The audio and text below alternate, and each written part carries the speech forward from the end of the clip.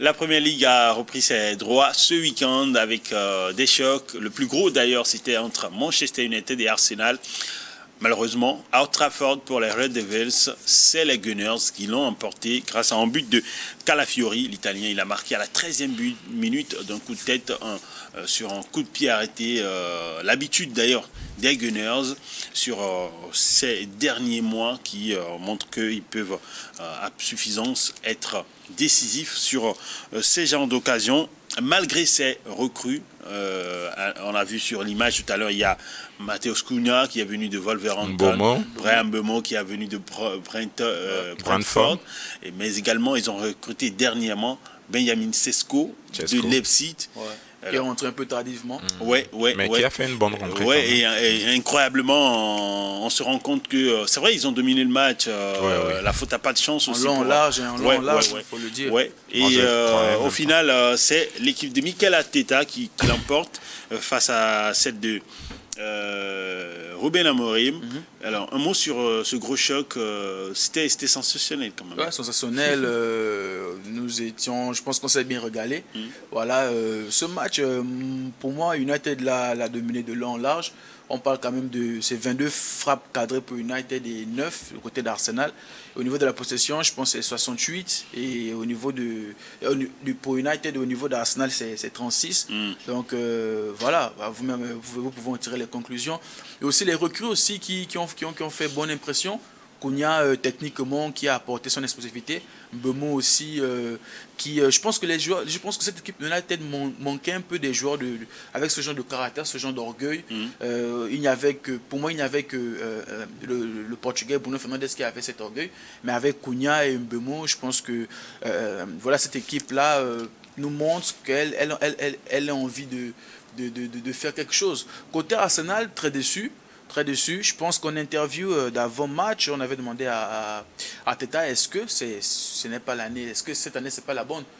Moi, j'aurais voulu qu'il dise clairement que oui, cette année, on ira la chercher. Mais il a dit ce qu'on lui a pris, c'est de pouvoir essayer davantage il croit que le moment est venu. Voilà. Non, je pense ça fait combien d'années il est déjà là? Merci. Il était là depuis 2020, je pense. Je pense que ça fait déjà 3 ans. Non, non, il est plus que ça. Ça fait plus que ça. Il était là même. Je pense que ça doit être sa 6e saison ou 5e. Étant élève de Pep Guardiola, je pense que comme Daniel l'a dit, il devait dire cette année, on est venu pour. Ça dit. Alors, il n'a pas dit qu'ils ne vont pas concourir pour le titre. Il a dit tout simplement que on lui a appris à essayer. Non, mais et que cette saison, ils vont encore essayer. Il a dit on va continuer à creuser. Oui, et il a dit que il a donné les statistiques. Ils sont les meilleurs. Vous savez quoi? Ils sont les meilleurs sur les dernières saisons. Et qu'ils finiront. Ok, vas-y. Non, vas-y. Et qu'ils finiront par trouver l'or. Mais est-ce que tu es sûr que tu vas trouver l'or cette saison? Donc moi, j'aurais voulu plus de sérénité de la part du coach parce que c'est lui le leader de l'équipe, après tout. Hors du terrain et peut-être pas sur le terrain, mais c'est lui qui donne les consignes. Et lorsque le coach passe ce genre de message, les joueurs derrière sont galvanisés. Vous avez déjà vu un entraîneur dire ça en début de saison, on va gagner la Première Ligue? Oui, mais il y en a. Ils disent que on est venu pour gagner. Bon, c'est vrai, on est venu pour gagner, mais qu'on va gagner. Je pense qu'un coach comme le Special One, Mourinho, il est capable de te le dire. Après, je n'ai pas en tête là, sous le champ, un entraîneur qui l'a dit. Donc pour moi, pour terminer avec Arsenal, la seule satisfaction du côté d'Arsenal, c'est cette charnière défensive, qui d'ailleurs était la meilleure défense la saison dernière. Et qui aussi, peut être chamboulé parce qu'on annonce le départ de Saliba pour le Real Madrid. Donc je ne sais pas si ça se fera quand même. Oui, mais bon, ce sont des informations à prendre avec beaucoup de pincettes selon moi. Et puis derrière, on a un bon Raya aussi qui David Raya. Voilà. Et puis bon baptême pour l'attaquant, Gyökeres. Oui. Voilà, moi, je n'ai pas envie de commenter son match. Sinon, il a fait un non-match. Il a à peine touché le ballon. Non, il a fait un non-match quand même.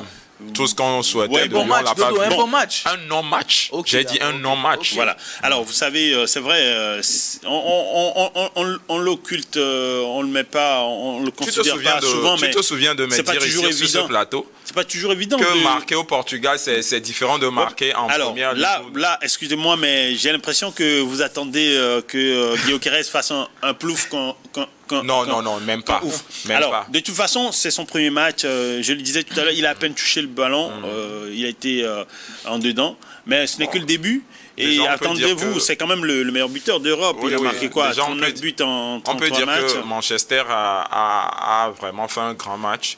Et je me demande si Old Trafford n'est pas aujourd'hui l'enceinte de la malchance pour cette équipe. Parce que plein de matchs, ils perdent à Old Trafford qu'ils ne perdaient pas avant. Donc, je me suis dit, mais... De toute façon, c'est l'habitude aussi d'Arsenal. Si nous en revenons au match, je pense que Amorim a dominé ce match de la première minute jusqu'à la dernière minute. Mais je pense juste que pour être champion, il faut aussi la chance contenir les adversaires. C'est ce que j'ai remarqué vers la fin du match, vers les dernières 20 minutes sur Arsenal. Ils ont contenu l'assaut offensif de Manchester, des attaquants de Manchester. Mais pour moi, l'homme du match est Cunha, qui a vraiment je pense que... Vous pensez parce que il y a Mbomo aussi qui a eu des occasions. Non, mais quand si tu vois dans la globalité du match, je pense que c'est Cunha qui a plus percé, qui a été plus détonateur.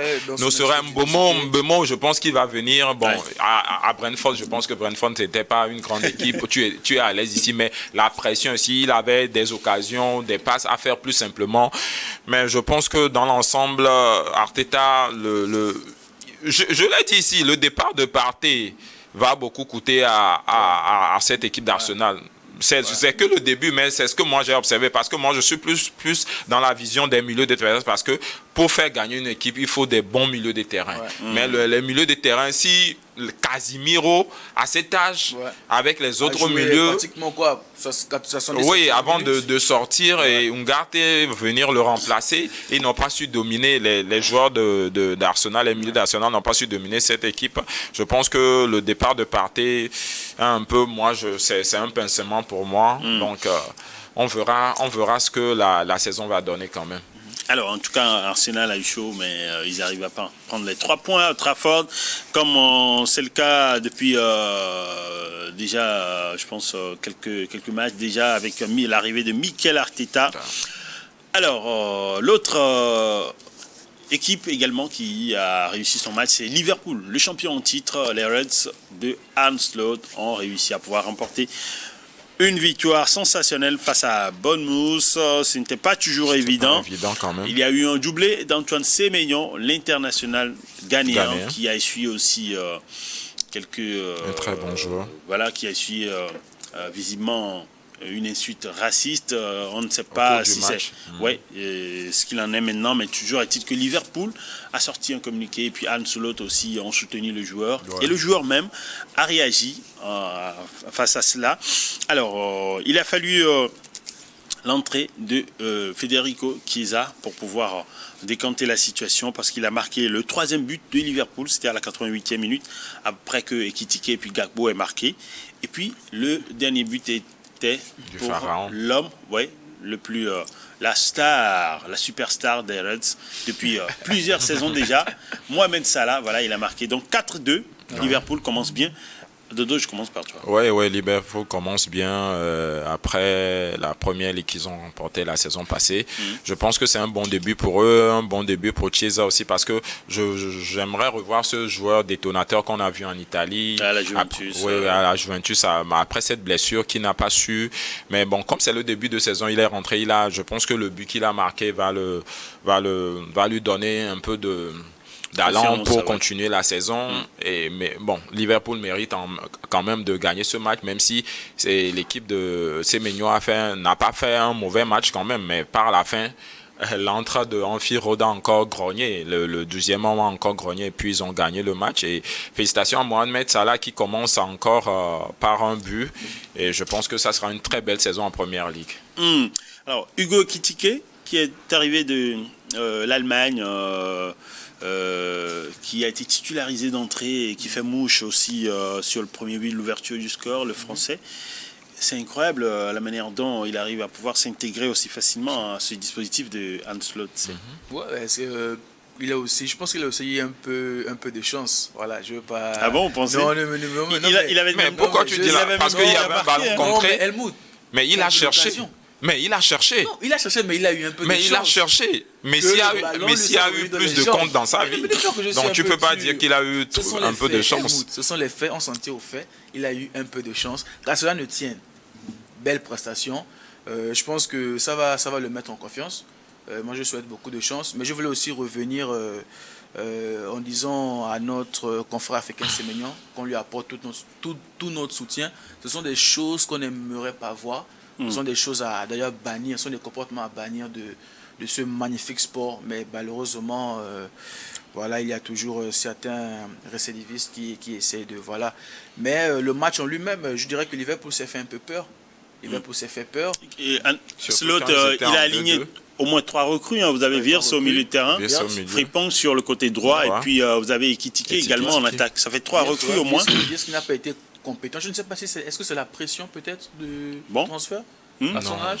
C'est le premier match, donc attendons de voir les autres matchs pour voir son intégration.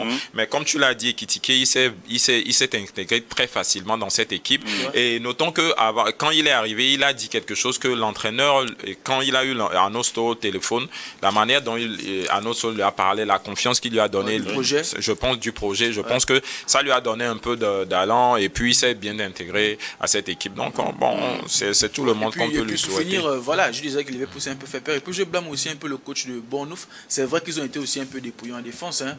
Voilà, ils ont leurs défenseurs titulaires qui sont partis, je pense. Voilà. Mais je pense que à 2-2, tu ne perds rien. Voilà. Pourquoi est-ce que tu décides de défendre face à Liverpool? Non, tu décides de continuer à attaquer voilà, contre Liverpool à 2-2 à Anfield. Mais si tu as un 2-2 en début de saison, tu sais, le football. Non, je te dis, le football Iraola, c'est la meilleure manière de défendre, c'est d'attaquer. Oui, Iraola, c'est un entraîneur. Quand tu subis en 10-15 minutes, tu vas craquer. Donc, la meilleure manière aujourd'hui, dans le football moderne, tu vois, c'est d'attaquer. Quand tu vois les équipes comme City, quand ils reculent, c'est fini. Et puis Iraola, c'est un entraîneur espagnol. Oui, c'est un entraîneur espagnol et ce sont des entraîneurs, tu vois. Alors, il y a aussi Milos Kerkez, qui est également titularisé. C'est une nouvelle recrue. Il était sur le côté gauche, latéral gauche. Voilà, ils ont remplacé tout le monde parce que il y a Trent Alexander-Arnold qui est parti. Voilà, donc il y a Frimpong qui a pris sa place. Alors, on va poursuivre et terminer avec Manchester City. Voilà, l'équipe de Pep Guardiola qui a aussi réussi son match. Et comment d'ailleurs? C'était une belle prestation avant de rencontrer Tottenham ce week-end, parce qu'il y a un choc face aux Spurs. Les Citizens ont remporté un match face à Wolverhampton 4-0. Impressionnant. Ouais, un City pour moi, je pense que ce n'est pas le vrai test sera contre Tottenham.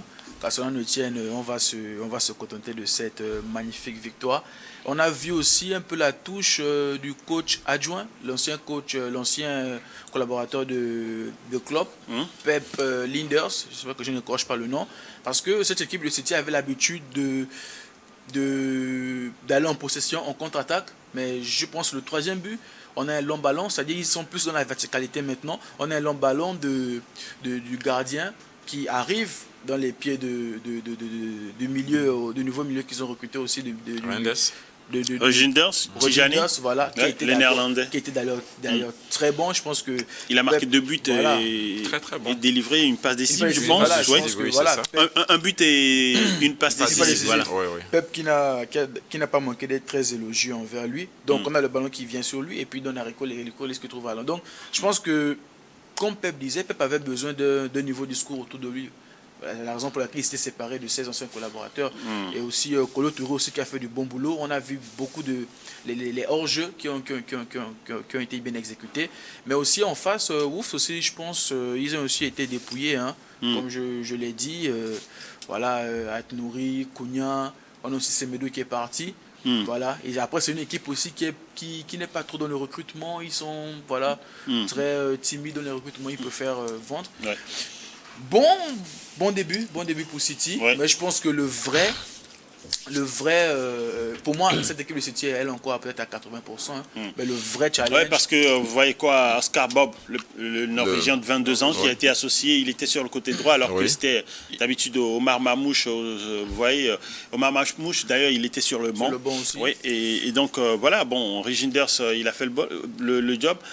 Il y en a même qui disent dans la presse britannique que, voilà, Reginders, avec ce match, il a fait oublier le légendaire milieu de terrain belge Kevin De Bruyne, qui est parti à Naples. Bon, c'est les éloges quand même, mais on ne peut pas dire ça. Kevin De Bruyne restera toujours Kevin De Bruyne, quel qu'en soit les cas. Et moi, j'ai beaucoup aimé ce City. J'ai retrouvé un City de Pep Guardiola, joueur. Tu vois que le discours est passé. Et je disais à Daniel en off à la dernière fois après le match que je voyais ce City avec un Rodri à 100%. À la place de Nico, parce que Nico, bon, Guardiola lui a dit, c'est sa dernière année, si, oui, Nico Gonzalez, s'il ne convainc pas, je pense qu'il va le laisser. Donc, je pense que c'est une nouvelle ère pour Guardiola, parce qu'il a dit que la saison prochaine, il va se reposer. Et vivement que cette saison, on retrouve cette équipe flamboyante qui nous a fait rêver les années passées. Et pour pouvoir concurrencer les cadors, les autres. Et vous voyez la suite de la saison comment en Première Ligue, par exemple? Non, je vous dis, ça sera la meilleure Première Ligue depuis sa création. Parce que c'est incroyable. Hein? Non, parce que quand tu vois Liverpool, les recrutements de Liverpool, nous avons pris deux joueurs à Leverkusen, de Xabi Alonso. Nous avons oublié une équipe Chelsea avec les recrutements qu'ils ont fait, Pedro, tout ça là. Ils ont calé, je pense, ils ont fait match nul. Un match nul. Un match nul. Bon, Crystal Palace, c'est pas rien. Ils ont remporté la Community Shield. La Community Shield aussi. Ils ont battu Man City. Quand tu vois Arsenal, Liverpool et comment on dit, Chelsea et Manchester United, tous les recrutements que les clubs ont fait pour renforcer, tu t'attends à une Première Ligue vraiment très difficile jusqu'à la dernière journée cette saison. Et je pense que ça sera tout le bien pour nous quand même. Ok, alors oui. Non, j'évoquais aussi les Hotspurs, les Tottenham Hotspurs qui font aussi très belle impression. Kudus qui est qui a fait une bonne intégration dans cette équipe. Moi, je pensais même pas. Après tout, c'est toujours à Londres, mais on attend de voir quand il va se retrouver sur le terrain de West Ham, de voir les hostilités. Mais il a fait une bonne intégration quand même. C'est toujours bien. Comme dit un homme politicien de la Côte d'Ivoire, il n'y a rien en face. En face, c'est maïs. Je pense pas que West Ham pourra. Non, mais Kudus qui est devenu très. Je pense que c'est peut-être aussi le discours du coach. Je pense que c'est ce genre de joueur, il faut savoir comment communiquer avec eux. Parce qu'il il a été très généreux dans les efforts. Il a beaucoup aidé le latéral défensif droit sur le côté. Et voilà, des belles passes décisives. Et puis, côté Man City, j'ai oublié aussi la série sur le gâteau. Le premier but de Cherki, on avait des critiqués, il faut parler aussi de l'autre français. Après tout, Alan aussi a fait un doublé. Donc, voilà. Et comment on dit, Guardiola l'a dit en neuf que c'est un très bon joueur et puis il attend beaucoup de lui. Donc, il a déjà confirmé par un but. Donc, c'est tout le mal qu'on peut le souhaiter quand même. Alors, on arrive au terme de cette émission. Merci Dodo d'être passé. Un dernier mot. Merci Helmut. Merci surtout à la réalisation, à tous nos internautes qui nous suivent. On attend les commentaires. Voilà. Daniel? Merci pour l'invitation et à la prochaine. Alors, merci à l'équipe rédactionnelle, à l'équipe technique, mais surtout, comme je le dis souvent, à vous, les chers téléspectateurs et internautes. N'oubliez pas de liker cette émission et de la partager autour de vous pour le suite de nos programmes sur Nord Info.